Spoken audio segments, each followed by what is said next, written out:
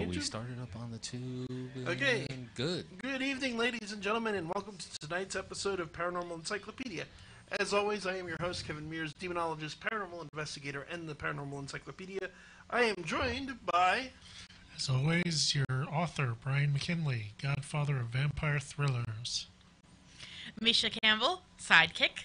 And of course, I am Baron Voltage, the small, medium at large, and recreational hypnotist, and also the guy that just can't die and can't wait to kill all three of these beside me. Hey, what did I do? I gave you cupcakes last Lady's week. got a point. Yeah, it's true. Cupcakes kill me. Found my kryptonite. We are joined by a guest tonight, although real quickly, before we do that, we should do our plug for Audible.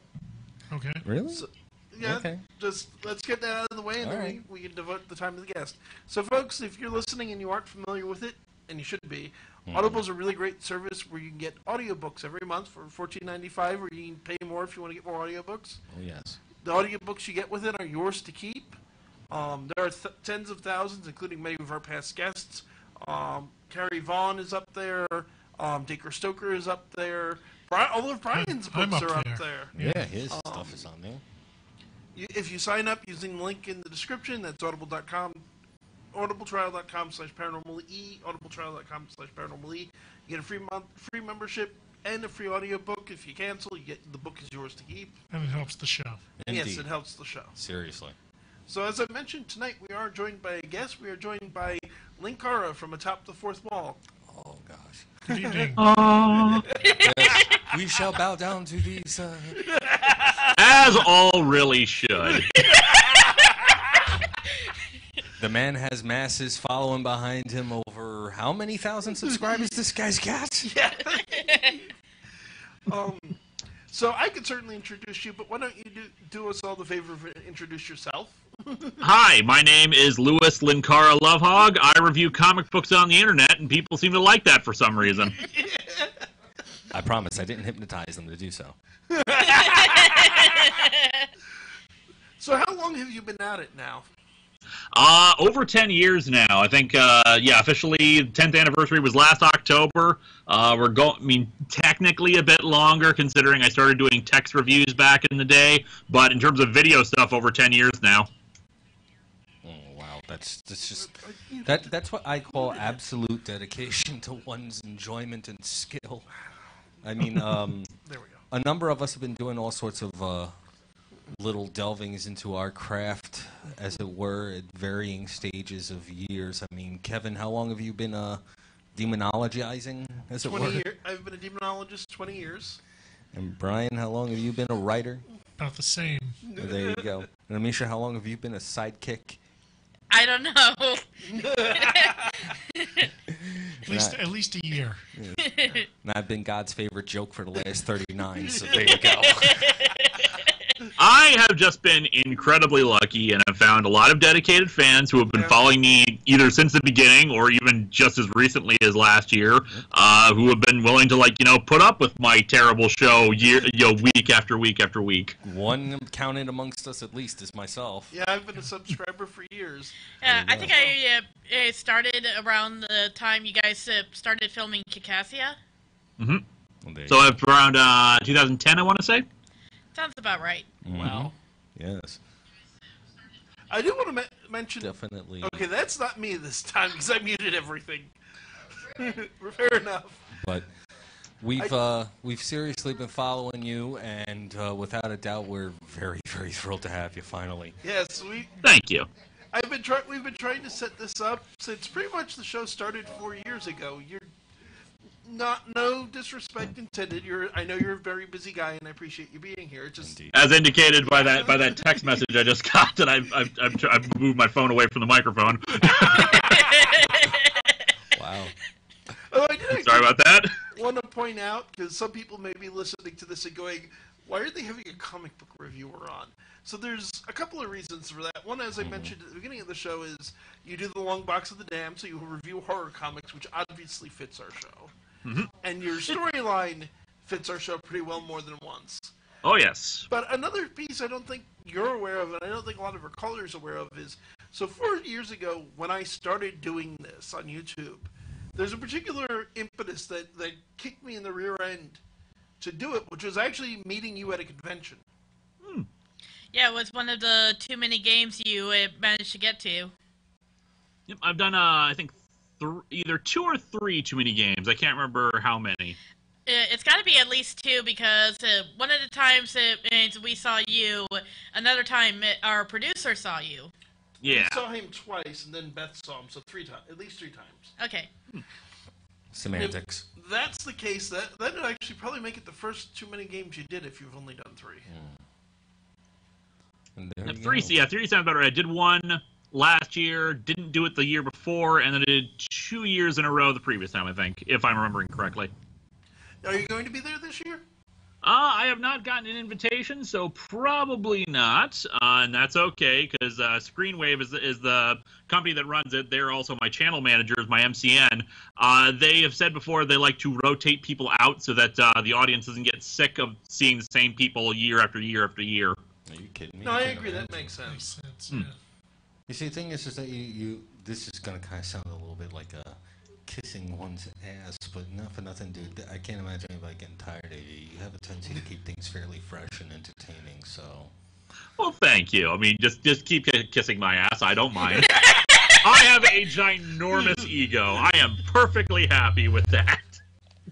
Yes, well... So, No, as it happens, though, I get it, because you always want to try to bring in new guests to a convention, just to keep things, interesting and bring in new people year after year. Maybe people who hadn't come the previous years. Yeah, there you go. I mean, makes sense. it does make sense. I don't agree with it, but it does make sense. I mean, I met Brian. Actually, I met everybody here on the convention circuit. Yes. Brian, I think you met at which convention was it? Dark Side. Dark Side of the Con. Yeah. You met me at Dark Side of the Con, didn't you? I met you. You Yeah, met you him. met I me. thought we met a few conventions before that. Probably at one of the... This is why you gotta geeky love cons. conventions. Yeah. I met Amisha at Wicked Fair. I met Beth at DexCon. First BCM game that wasn't from family. There you go. So, I mean, the thing is that it's always awesome to find out that those of us that tour the circuit in one way or another, we all are in some way, shape, or form related. It is incestual convention. Everybody goes around. Yes. Without a doubt. So I do have a question to start in the questioning, not just the fanboying. Not that the fanboying's bad, but particularly what inspired you to start doing a storyline with your reviews? Well, originally, the idea was I wanted to try to figure out a new way to incentivize, because, like I said, so I've had fans who have been watching every episode week after week after week.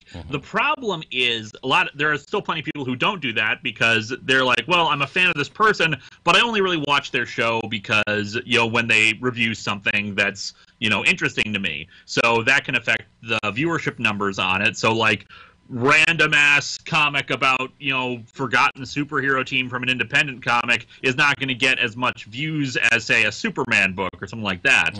So I was like, well, what can I do to incentivize people to get them to come in week after week? Oh, hey, I'll introduce this storyline, just like this thing going on at the end of the videos, a mystery, and that people will have to tune in week after week just to see if there's something new that's going to happen.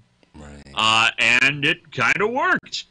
People became really invested in it, and they wanted to check out. Is there going to be new storyline material? Is this going to be a thing that I can see the unfolding mystery and all that? Of course, mind you, back then I was flying by the seat of my pants and basically just making it up each episode as I went along. There was no plan. I had okay, I have an idea for another segment. I'll just do it this way. I think I started it early on in the year, maybe April or so of that year. I think it was 2008, 2009. And then I was like, okay, I'll do this. And then by the time we got around to December or so, I finally had a plan for what exactly was the end point. But during that time, it was just. Well, I mean, it's good that at least you had an idea. There are some people that walk around don't even have a clue. So you're good. I've proudly not had a clue since I started radio back in the day. It shows. Unfortunately, they keep messing the things behind the scenes. I mean, That was beautiful. Caught in a feedback loop. Sorry about that. Caught in the feedback loop. It's all good. it Yeah, happens.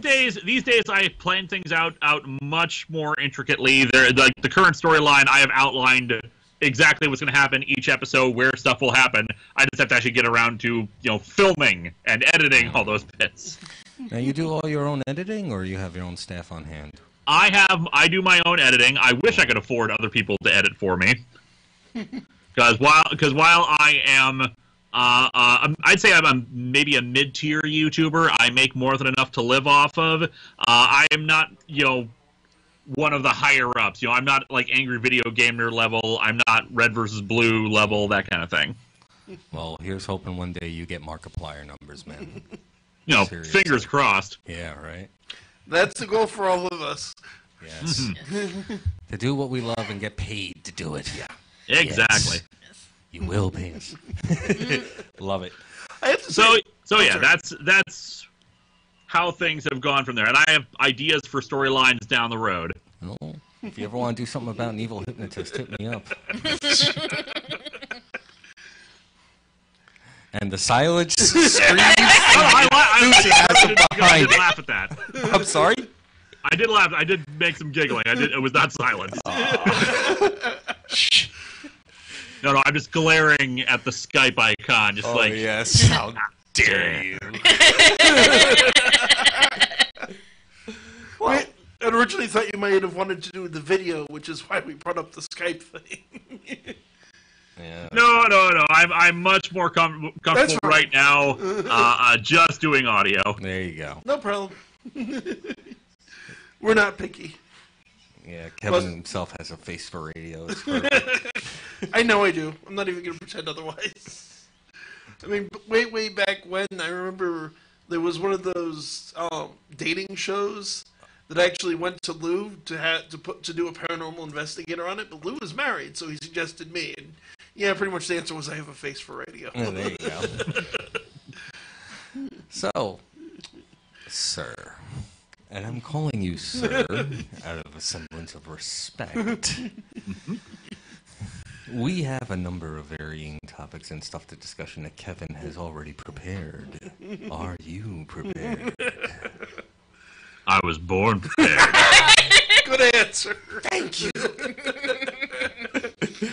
Oh, goodness gracious. You see, I'm loving this right now. I know that Amisha's been trying to get you on the show for a while now, and then I'm like saying to myself all the way up until tonight saying, what the hell am I going to talk to this guy about?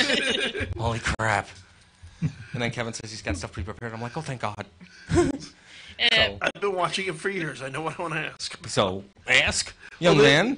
The next obvious question is, I know you said on the show before, and I'm curious if it's still true, is Holy Terror still the worst comic you've ever reviewed? Yes, it is. That There settles used that. to be a worse comic that I'd ever read, not one that I ever reviewed. There What was the heck? one that was an image What is book. I that? don't like to say its name because What is- eventually I'm going huh? to. Hold on. I'm probably going to end up reviewing it at some point, but for the time being, I have hinted at its existence. I think I've included it in every single opening sequence, every single opening theme song except for the 10th anniversary one. Understood. Now I'm curious. Okay, so for me, I'm not familiar. What is the Holy Terror? Holy Terror is a Frank Miller comic released around 2011-2012. It was originally supposed to be a Batman book. Oh, okay. I think I've heard of this Frank thing. Miller was working at DC. He pitched this book. Basically, he wanted to do an homage to old school propaganda comics of the 1940s. The kind of stuff like buy war bonds and kind of racist caricatures of Japanese people, that kind of thing. And at some point, and you can see like, okay, it's like a silly send-up of that kind of thing. No, he was being serious about it because Frank Miller at the time was very, very virulently bigoted towards Muslims, especially in the wake of 9/11. He was in New York when it happened. He made many bigoted remarks in radio and on interviews about them. And basically, so eventually this comic metamorphed from a Batman book into an independent book, primarily because his editor on the book ended up like either getting fired or got a new job at Legend Pictures. So, he took Frank Miller and the project with him, and thus created Holy Terror, which, even if you ignore the really racist stereotypes, typical stuff they do about Arabs in the book itself is just not very good. It's not well structured. The plot points are ridiculous. The narration is stupid. It's very obvious that that it's just Batman and Catwoman in it. The artwork is terrible, and it really has nothing to say other than stuff happens. Wow. Sounds lovely. The worst is that Amisha and I were talking about this. I think you could do a parody of the old propaganda comics and actually be funny. My personal view of which would be, one, having the terrorists all quoting Osama as if he was the Quran. And not saying, quote from Osama and then saying the Quran said this.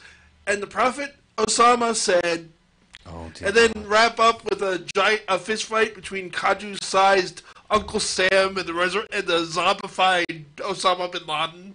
See, now that's what I was thinking. Something over the top like that, cyborg mecha Osama bin Laden appearing, that kind of thing. Just go completely over the top with it. Go old school Wolfenstein on it. From the makers of Sharknado, we bring to you the Battle of Wills. That kind of thing I'd be more on board with. But yeah, the actual end results. Apparently Al Qaeda has jets and chemical weapons in addition to suicide bombers. Al Qaeda tried to kill me twice. They ain't gonna get a third time with bombers. Basically their plan makes absolutely no sense, and in fact draws attention to themselves because they engage in standard terroristic activities. Even though if they hadn't, they would have gotten away with their plan. Oh, yes. They would have gotten away with it if it wasn't for that pesky trail. One example in particular is that there is a foreign exchange student who is a lesbian, and she, it turns out, is a suicide bomber. And basically, and it's like very, very like, oh my God, what do you basically, it's implying that foreign exchange students are just secretly terrorists. I have about 6 Not or to 7 mention, hours. it's like, do you know anything about extremist? I mean, I know, and hopefully our listeners know that most Muslims are not crazy extremists, but the extremist Muslims aren't any fonder of homosexuals than extremist Christians. It's a very bizarre sequence because it feels like it's not even. At points, it feels like it's trying to portray it as like maybe she's conflicted about doing this. No, she's not. She's just us indulging in a bit of whatchamacallit? Debauchery, yes. Before doing her activity, because she's gonna get martyred. It won't matter. Oh, Which it's like, wait a minute, you're martyred. You're about to do this great and glorious thing for your God, so you're gonna go and break a bunch of his rules first. Mm-hmm. Makes total sense. You want to make him go, wait, am I sure? Yeah, she martyred herself for me, but do I really want to let her into paradise? But yeah, Holy Terror is just absolutely terrible.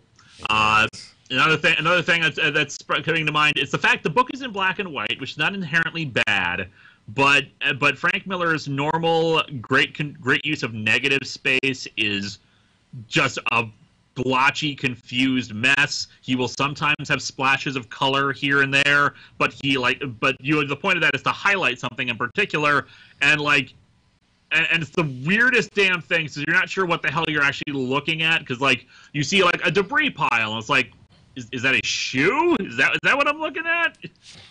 Like a little toy truck? Why did you make this red or this green? It makes no sense. I have to wonder if he at some point was told that he made this comic and he said to himself, is that what happened with all that meth that I took? Is that what came out of that? What was it you were saying earlier about his reaction? Oh yeah, I recently heard from your show, in fact, Yep. that Frank Miller said that he no longer has it in him to write something like that again.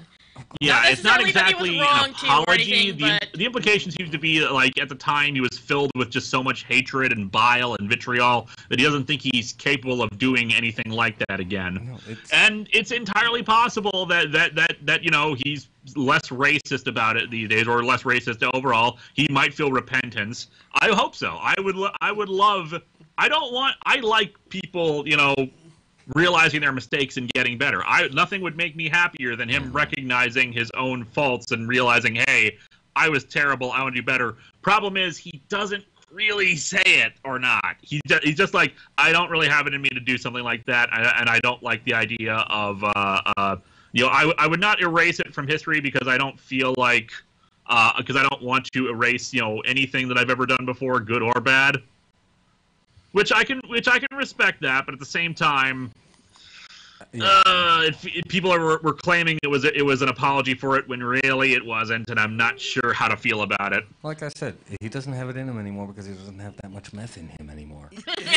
There you go. Yeah, I was gonna say it's like it's not really an apology. It's, you know, granted, from more context, it does sound like okay, he actually is saying it was a mistake.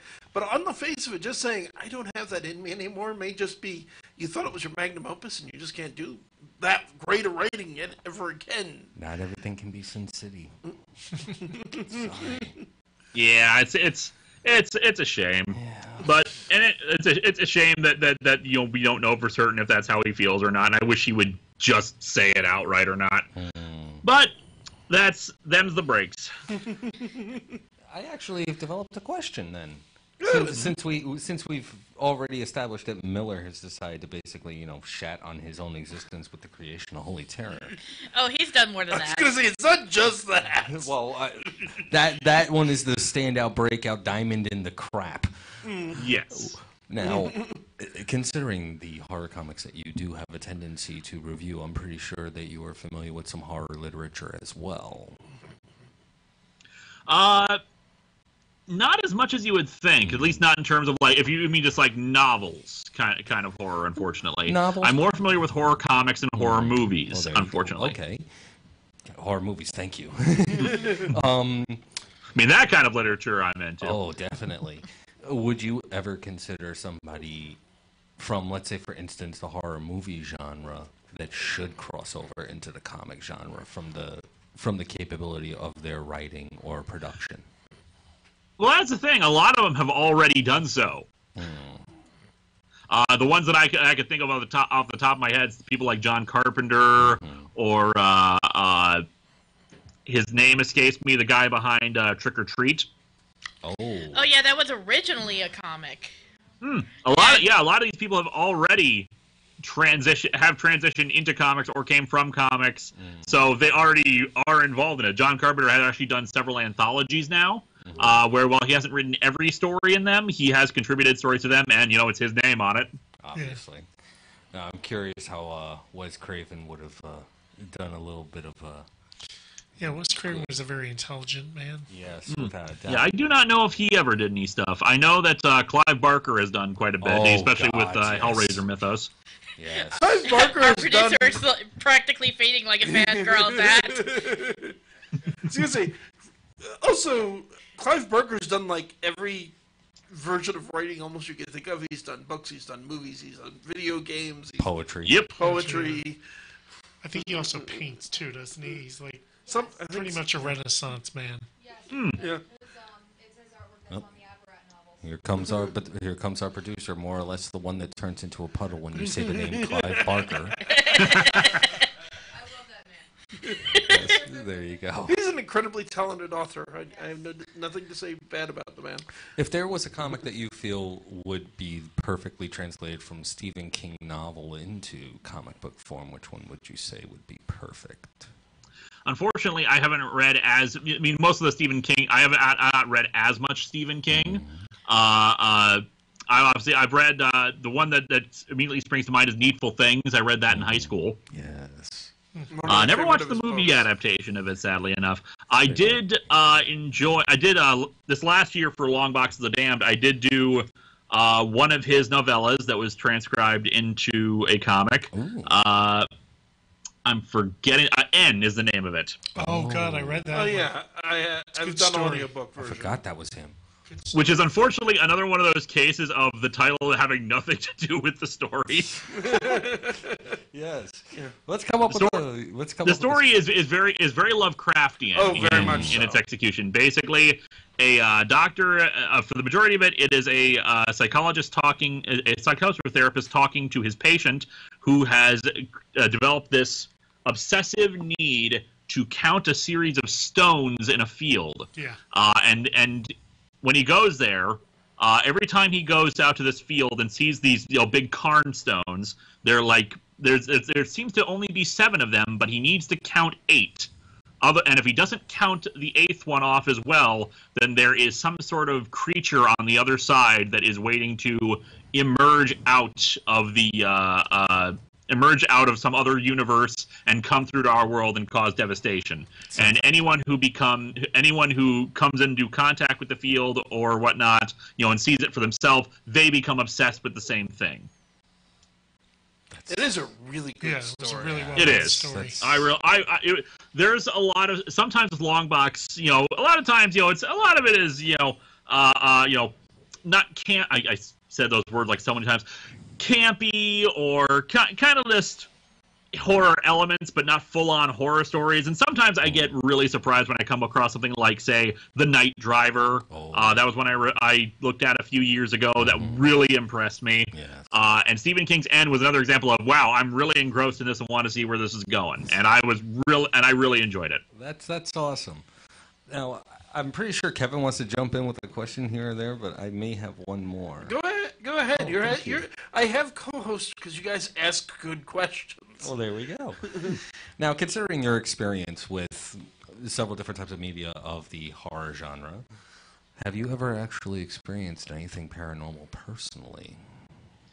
Not per se, unfortunately. The closest I can think of for anything like that is just the standard kind of unexplained kind of things, which could just be like, pipes in the wall kind of thing. You've seen it happen before where you're like alone in a room and you think you see something out of the corner of your eye, or you turn around and think you see a figure there, but then you're like, oh, it's just a shadow or something like that. When I was a kid, I think it was 5th grade, our class went to this kind of campground called Laurentian. And it was late at night. It was very foggy. I was looking for something. I can't remember exactly what I was looking for. Maybe a Beanie Baby I had left behind somewhere. And I was with someone else. I think it was just like a friend of mine. And I saw a figure walking through the fog towards us. And I was really creeped out and freaked out at first. So I was trying to call them, hello, who's that? What is, who are you, kind of thing. And they're like, it's that visceral terror of, oh God, is this some kind of monster coming towards me? Especially because they're not answering, and you just have the only sound you can hear is like the sound of their feet on the wet leaves, kind of thing. And since you can't see them, it's even worse. I'm pretty sure, if I recall correctly, it would just turn out to be a teacher. But it is that moment of, oh God, is this a ghost? Is this a monster, kind of thing? If anything, you just basically narrated the perfect opening of a good horror novel right there. It's like there's a creepypasta here. I'd go novel, dude. I know. Oh, yeah. Pasta. Given we're all a bunch of internet people at this point, it seems like creepypasta's the way to go. And that's when the Sonic doll came to life. Yeah, he was looking for like a Beanie Baby. Oh no, it was the Beanie Baby in the fog. It's not back. The Beanie Baby, SCP-3046. Wait, it's a secret the Beanie Babies come to life? I thought everybody knew that by now. Shh, don't reveal the secret. They can hear you. They're watching us now. So yeah, unfortunately, I've never encountered anything like ghosts or the like in reality. I'm not sure how I would feel if I actually did so, because as a Christian, I do believe in a heaven. I believe in a hell. I believe in angels and demons and the supernatural elements. After all, the way I see it is, I believe in an invisible sky man who sent his only son to die for our sins. So why not aliens? Why not UFOs? Why not ghosts and goblins and all that jazz? Sure, why not? Yeah, I've had the direct experience with this stuff, but I am also a fellow Christian, and that there is that common place of we believe in things other than what we can see. Ghosts and the like are not a giant leap. Especially because I can show you where in the Bible it says that the dead occasionally come back. There's no more room in hell. Thank you for that. What a great line. I still love that. It still is awesome. I'm not even a fan of the zombie genre as a whole, but it's a brilliant line. When you get really good movies or lines like that, that's I'm not the hugest zombie fan and either, but damn if you actually see like really good craftsmanship on display. No, there are some good zombie movies. I mean, I like Shaun of the Dead. I like Zombieland. You just mentioned the two comedic ones. You didn't go for Romero. You heathen. Night, Dawn, and Day. There you go. And Fantastic trilogy. Forget about Diary. Let's just shove that in a box somewhere and drop the box off somewhere deep in the woods and forget about it. I haven't seen it. I need to, but I haven't seen the original Night of the Living Dead, the black and white. Oh, That's a shame. that one's See good. that. The remake is really good. Definitely enjoyed the improves remake, on the I'll original in admit it. several ways, but the original is classic for a reason. yes, especially for the one line. They're coming for you, Barbara. I will also point out that the cemetery where the original Night of the Living Dead was filmed is in Pittsburgh, Pennsylvania, and it is, from all the reports I've heard from people living in the area, ridiculously haunted. I can speak from experience. Yes. Hands I can down. believe it. No doubt. Yeah. Like massive thunderstorms starting up when people do dumb things in the cemetery, and for some reason the boundaries of the storm are exactly the boundaries of the cemetery. Yeah, that's where Child's Play got all their stock footage for all the ritualistic crap. They just basically filmed the sky over that cemetery. And, which now I'm just thinking about the fact that I discovered something weird this week when I was working. Oh. So I work at a water plant, and I have to do patrols at these well checkpoints. Behind one of the well checkpoints, I noticed there are a pair of them, stone shrines, and I don't know why they're there. I know for a fact the sign is haunted, but I don't know why there's a pair of them. It's a weird place. I used to work there too. Oh, there you go. And I haven't had the pleasure. Not yet. No. You work at the same security gig we do. You might wind up there some night. No. Oh man. But I mean, it's awesome when we do get the opportunity to experience very interesting stuff like that, to say the least, and that which inspires us. I'm glad that at least you're delving into a genre that a lot of people get inspired by. Not to mention the fact that I'm not.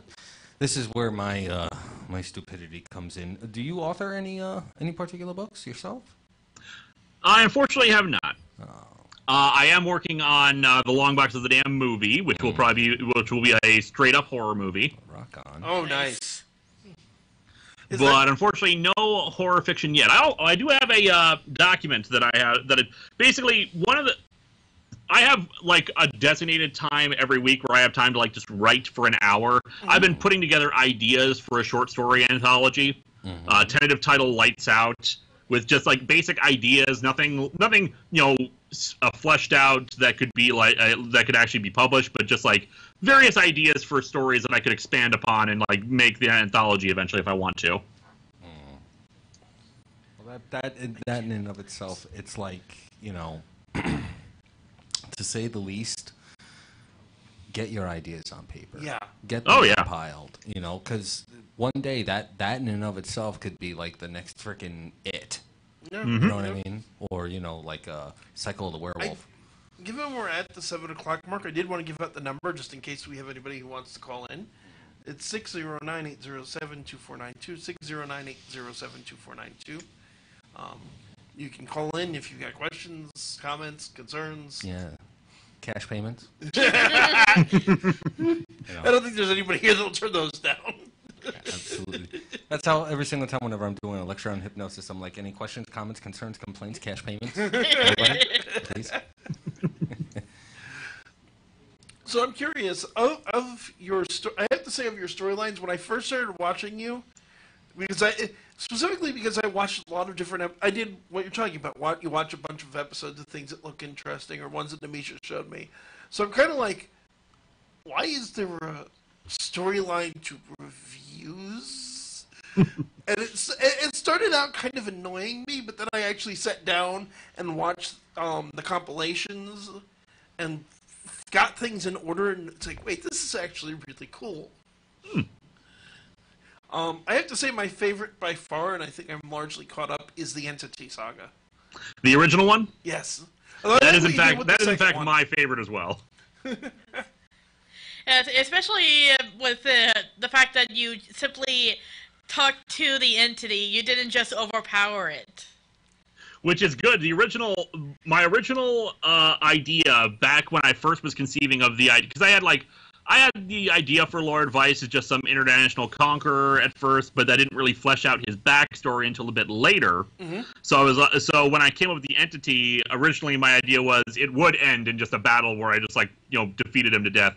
Because back then my thought process was, well, every storyline finale will be an homage to Power Rangers. And that did not end up being the case. And as I developed the entity and studied up on more ideas of Lovecraftian mythos, stuff like that, I was like, there's no way in hell that it would ever be sasatisfying for the audience if I just punched it. No. There needs to be another way to defeat this thing. I don't want to necessarily spoil all of it, but I find the resolution really neat, and being as I, like yourself, am a huge Doctor Who fan. And yeah, I'm also, by the way, my favorite's the 7th. Mm-hmm. It is such a Doctor Who way of, particularly the 7th style, to just outsmart it. Yeah, which reminds me of the Doctor Who thing. Just a curious opinion real quick. I know you're also a Steven Universe fan. I know you've seen Change Your Mind. The One Fusion, did you also see a little bit of the Doctor in them? Didn't really think of it that way, but I could definitely see that, yes. Yeah, I don't want to say any more because spoilers. Yeah, I don't want to spoil it for you. Spoilers. I will say as well, and the fact that you brought back the entity in a form, I enjoyed that. I also, surprisingly enough, I have to say, in all honesty, Vice was always my least favorite of the villains. He's chuckling like, yeah, that's it's the point. It's a little over the No. I'm chuckling because I'm perfectly okay with that. You don't have to feel offended that you like or dislike certain villains over others. And again, I'm not saying he's a bad villain. It's just personal taste. But I liked the resolution of Vice's arc. Thank you. My solution to everything is just hit it with lightning. I'm curious now, and I have to ask, watching how everything resolves, and particularly your character arc in that season, my guess when I first saw Vice and I thought it was strengthened by that, is Vice supposed to essentially be you from an alternate universe? No. Really? That has always been a fan theory. It's kind of bugged me, I admit. I'm sorry. And I get why people do that though, because it kind of was a thing with the fact that I play all the characters, and the first villain was an alternate universe me, and the entity possessed people, and thus it was me versus 90s kid who was who just played by me. So I get why people kept doing the is he just you from an alternate universe thing? But no, he was never meant to be an alternate me. In fact, when Channel Awesome was first putting together their 5th anniversary thing, which was less a single movie, rather a collection of short stories based around the internet in I general. remember that one, One yes. idea, they did approach me and asked me if I wanted to put something together, and the idea that I had for it would be the origin of Lord Vice, where he would be played by Will Wolfgram, who is the suit actor for Lord Vice, as well as Jarrus the Gunslinger, Snowflame, and a couple other characters here and there. Will is really talented, and I wanted to show him, I wanted him to be Vice beforehand to show him off. The one shot that I had in particular in mind that I really wanted to do, and still may do at some point if I ever decide to delve into the origin of Lord Vice, is we would just have him walking in place in front of a green screen as we see like a montage in the background of worlds getting destroyed by the entity, absorbed by the entity, Vice coming to save them, and just slowly over time we see just like more bits added to Will's face until he's fully Lord Vice in the end. That would be really nice, cool. Also, the thing that made me particularly think it isn't so much because every other character is played by you and all of that. It's just, especially when you look at how Linkara's personality, when he's influenced by the entity, goes dark, and that I will stop at nothing to stop this thing. He starts sounding a lot like Vice. That was deliberate. There was supposed to be a parallel there, where it basically he was becoming the villain. He was becoming full on, the same kind of paranoia that had gripped Vice and taken him over so long. Which is also, I suppose, what you get into is it's not parallel universe version or not. It is heroes and villains are often mirrors of each other. Yes. Case in point, the Doctor and my favorite Doctor Who villain, the Master. Personally, I still always have a soft spot for the Weeping Angels, as much as they started out strong and then gradually got weaker. Yeah. Oh, the bloody Statue of Liberty is a weeping angel. It's so why? beyond You stupid. forget your own damn mythology. They don't possess statues. They look like statues. Especially since there are always eyes on the Statue of Liberty, even back then. It's like somebody is always looking at it at some point in time. Even aside from, you both have a very good point, the not possessing thing, and somebody's always looking at the thing. It's like, really? It's just so cheesily over the top. That's something freaking Ghostbusters did. Ghostbusters did it better. Yes. Ghostbusters knew it was silly, and it just was, and kind of playing it up was kind of the point. Exactly. Yes. Never. It was not. The Statue of Liberty is the monster, and at some point, even if there weren't eyes on it every single second, the instant it moved or disappeared, I think people would notice. Yeah. They'd blame Copperfield. Enough said. He's got a point. Which might have been the way to make it halfway believable, is have that segment happen when Copperfield vanished the Statue of Liberty. It's like, oh, that's what it was doing at the time. Yes. There you go. That or it disappears and then suddenly they're like saying, and David Copperfield's latest trick, he's made it disappear and he forgot how to make it reappear. And again, when they first show the Weeping Angels, it's like, this feels more like a Hitchcock film than a Doctor Who episode, and I love it. Blink is a spectacular hour of television, both for horror, as a Doctor Who episode, and it was an episode of Moffat showing his strengths and why he was better in a supporting position rather than as a lead position. It was my first episode that I ever saw. He's a great writer. He's a bad showrunner. He's bad as a arc writer. My opinion of Moffat is that he is both not as smart as he thinks he is, and too smart for his own good. Because he tries to make his plans too clever. Yep. And he will often inject, random things in there which are cool enough for their own episode, but they're just kind of brushed off. Just because, I'm not interested in this. This is just to get people's attention. Yeah. Yeah, which...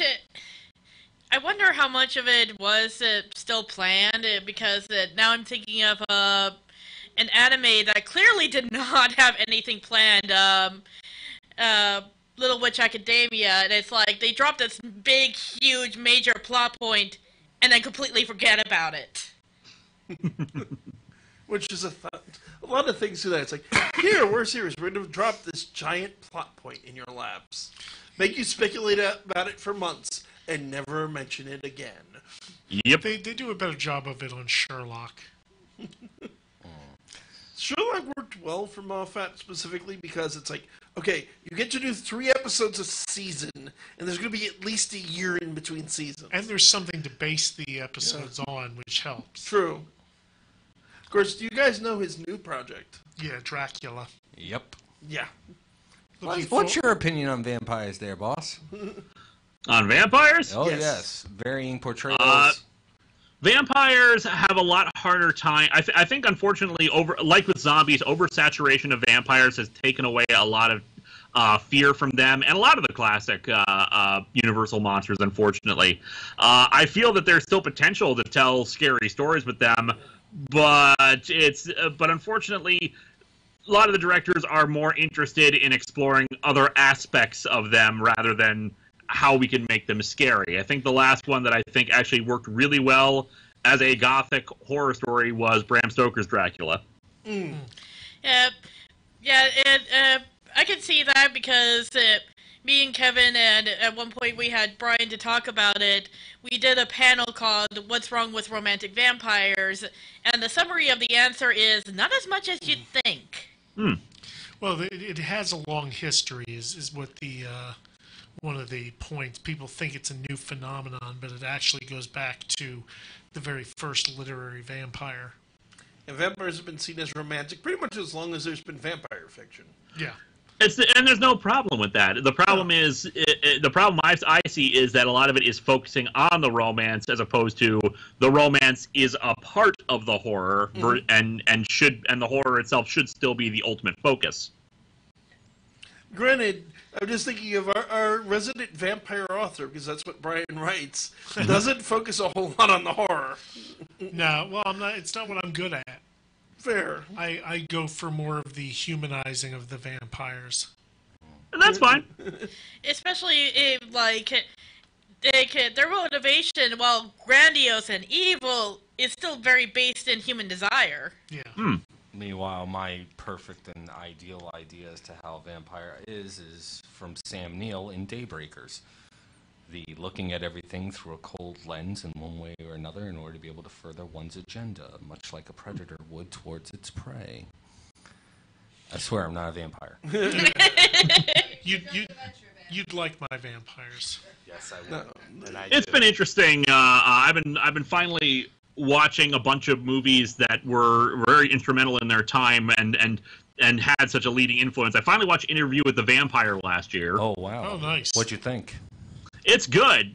The problem is, of course, like a lot of defining movies, other works that have derived stuff from them over time, I see where the original cliches or ideas come from. Yeah. And it's fascinating. It's good stuff, but some of it is just like, that's just kind of silly.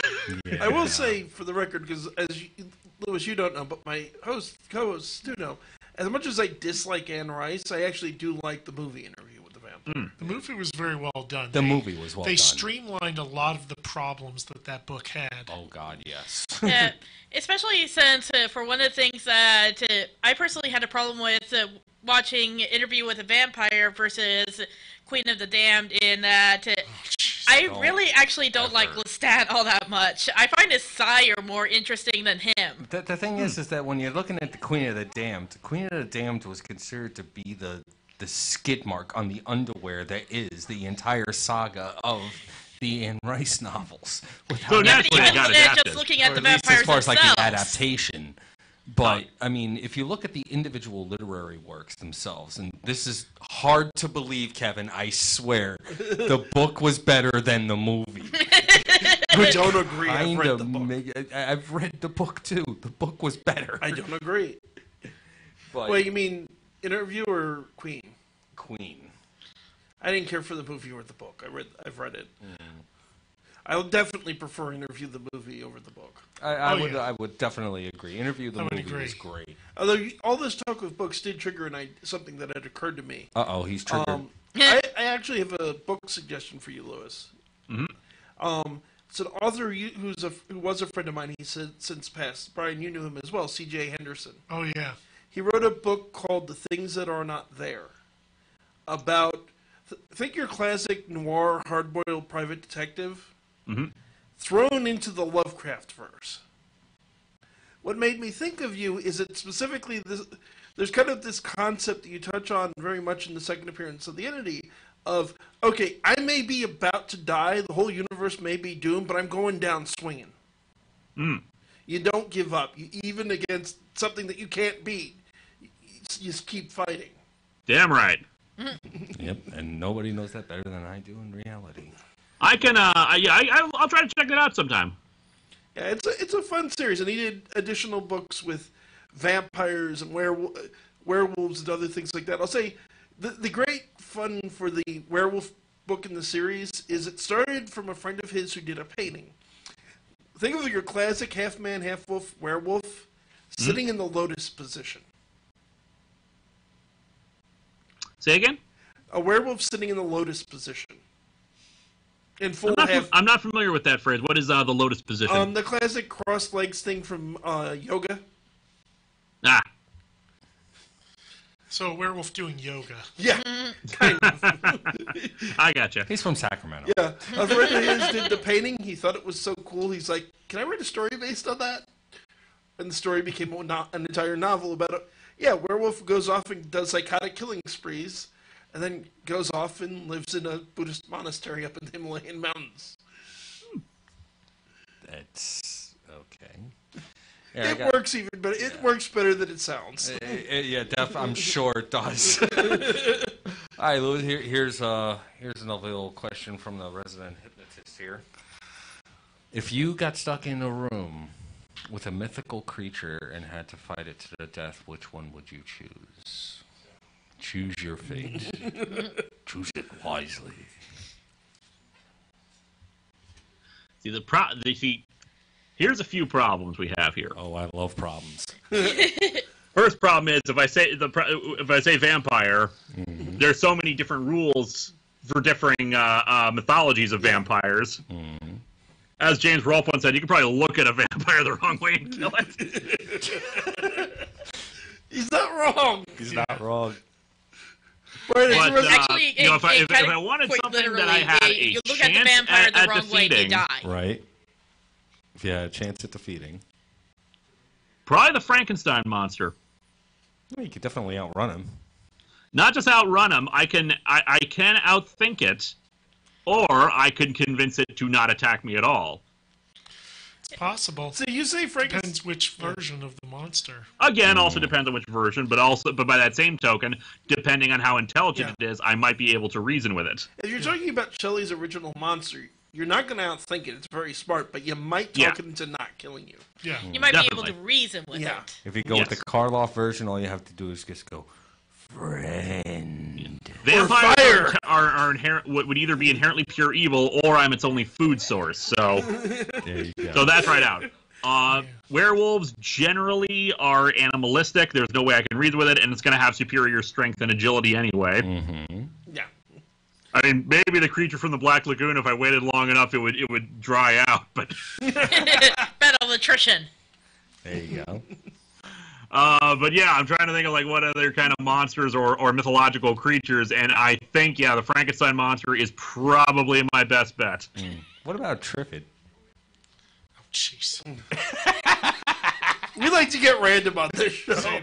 Does anybody even remember what a Triffid is? I do. Yeah. One of the few people on the entire planet that probably doesn't know the directors See, of that horrible I have film. heard of the Day of the Triffids. I've never actually read or seen it. It's a plant-based creature, isn't it? It is. It's basically it's a pile of kudzu that's sentient. That's it. See, I have two answers to that question. One for specifically mythological creatures. The other one, if you include horror movie monsters. So for mythological, the answer for me is really obvious. It's called demons because it's already my day job. There you go. But from a horror movie perspective, Chucky, because you can drop kick the thing across the room. That is also true. Yeah. Yeah, Chucky's got a bad attitude, but physically, he's got to surprise you, or you're Or not, you can't. Yeah, and let's face it. It's like you lose a fight with a doll, really? And let's face it, Chucky's not that bright. I dare you to say that to Brad Dourif's face. But he does. I would be so happy if Brad Dourif played every villain ever. We agree there. Actually, I'm you a know what? huge Brad Dourif fan. I would love to see a Chucky and Freddy crossover. Why haven't we got? I the really wise- wish we had more horror crossovers. I love Freddy vs. Jason. I liked Alien vs. Predator. We need to have more crossovers. Yes, I am with you. And it's a persistent problem nowadays in so much of business. You can't. It's not enough to make some money. You have to make all the money. Yes. So all these kind of companies, they don't want to have any kind of crossover because as far as they're concerned, well, this other company would take half the profits, so it's not worth it. All right. The worst part is they were talking about additional crossovers. Oh, yeah. After Freddy vs. Jason. I mean, one of the original script endings for the movie Freddy vs. Jason, there's a post-credit scene where the two are continuing to fight, and then you hear this cultured voice go, "Excuse me, gentlemen, what seems to be the problem?" And After a set of chains separated the two of them. But now that you've mentioned it, I hate to cut you off, Kevin, but this is going to necessarily validate whether or not Lewis ever gets to hold his geek card in my eyes ever again. Oh my! God. Sir, who won, Freddy or Jason? I am inclined to say Freddy. Thank you! Finally, somebody that actually has logic. Yeah. The ending shot of the movie has him smiling and winking at the camera. Yes. The fact that he's still able to move implies that they are in the dream realm now, where Freddy is back has the power. And Freddy kicked his ass in the dream world when they fought. And kicked his ass in the real world, too. Here's a little bit of logic. If anybody ever tries to argue this point with you, is in an Old West gunfight, the person that shoots first is not the person that won the gunfight. It's the person that survives the fight. Now, who was the first one to die in that confrontation? Spoilers. If you haven't seen this movie, you're a freaking moron. Jason lost. Jason died. The one that killed Freddy was Super Tits. She beheaded him. Well, actually, let's all say we know the answer of who wins. Because, in fact, the We planned won, sequel... the fans. The audience won. Yes. There was a planned sequel that they actually got pretty far along in doing. And they wound up, because ultimately the main people from the third franchise backed out, they turned it into a comic book. The answer to Freddy vs. Jason versus Ash. So the answer to who won the fight is Ash. Yeah, because they had a very logical reason why their character should win. He's the good guy. And honestly, all of them were okay with that. Because of course, he's a hero. The other two are villains. You See, can't my argue with that understanding of chin. it was that the reason that it fell apart is that Sam Raimi and Bruce Campbell wanted Ash to win, and Paramount and New Line both said, no, our character has to win. We're more famous. Oh, that's ridiculous. Yeah. Because again, he's the good guy. He's the one who should win. Logic. Even if he is a buffoon. Well, that's kind of that's a superpower, though, is his buffoonery. You want to know what the thing is? If you really wanted to really make that movie go epic, what happens is he finds an Necronomicon, but sitting on top of it is Pinhead's puzzle box. Yeah, this works. Now you've got a conflagration and a frickin' half. And sitting in the corner is a Chucky doll. I'm very sorry to say this, but unfortunately we're also at the end of our time. Oh, crud. Lewis, We did a good play in my game. Oh well. thank you so much for joining us. This has been a lot of fun. Without It a is doubt. no problem. I always love talking horror. I love discussing this kind of thing. So You are always welcome. As I've said to just about every guest we've had, you're always welcome back.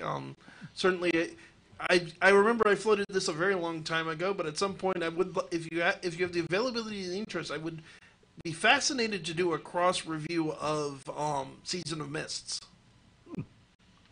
Because it seems I can never guarantee any particular crossovers alike because Fair I'm enough. usually so incredibly busy. But I never put it outside the realm of possibility. just floating the idea is something to keep in mind if you have time and inclination. And not for nothing, I'm always available. But okay, we need to plug our last We do sponsor. need to plug our last and then we should sponsor, get going. yes. So take it away, Baron.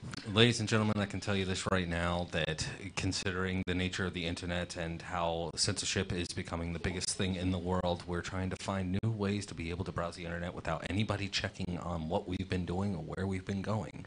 Well, NordVPN actually provides that solution for us with military-grade encryption and possibly the strongest and most reliable way to ensure that you can browse the internet safely without Big Brother watching over your shoulder.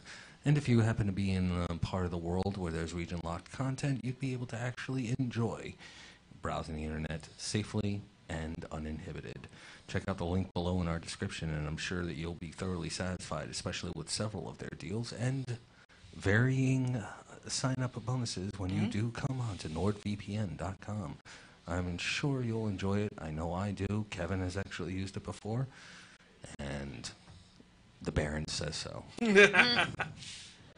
But okay, remember, folks, if by some chance you're not familiar with Linkara, do look up Atop the Fourth Wall on YouTube and on the internet in general. I'll have links in the description as well. He's got a great show. It's a lot of fun. Yep. Linkara, you got anything that you want to plug just before we Yes, roll out? Thank you. You can just check out my stuff either on my YouTube page or on atopthefourthwall.com. Long Box of the Damned is where I dress up like a ghoul and talk for a few minutes about a horror comic while sometimes making terrible puns. And of course, check out the Atop the Fourth Wall storyline where I face off against technological outer gods from other dimensions. Yes. It is as awesome as it sounds, folks. I sincerely hope you check it out. But that is going to wrap it up. Remember to tune in next week when we have Honey Matthew J. Rainwater and of Trailer Park Wizard. Nice. that was Trailer Park Warlock, yes. Warlock, yeah. So, I do believe that brings a close to our evening. Yep. So this is Kevin saying good night and God bless. Brian saying, keep your fangs sharp. Meow, meow, meow, meow, meow. I'll never get tired of that. And this is Baron Voltage saying avoid lightning rods and by all means enjoy the rest of your evening. Good night, everybody. Good night. Are we clear?